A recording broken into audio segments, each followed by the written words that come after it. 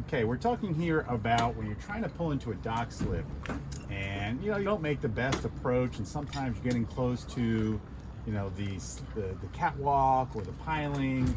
And this is a reminder that if you're going at a very slow speed and you don't have somebody with you, you can use the dock or the catwalks to your advantage.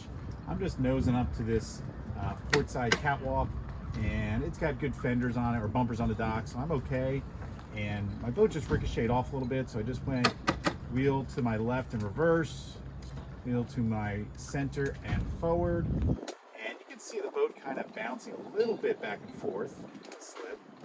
But by adjusting my wheel, like left a little bit to get the boat left in the slip and forward gear, and just bumping into gear, I'm able to get this boat into the slip.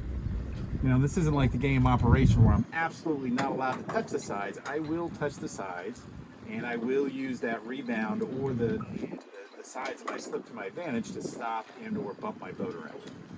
And now I'm in here, and it's just me sliding back and forth in this rather wide slip. But I'm in the slip, and I touch the sides, and that's okay.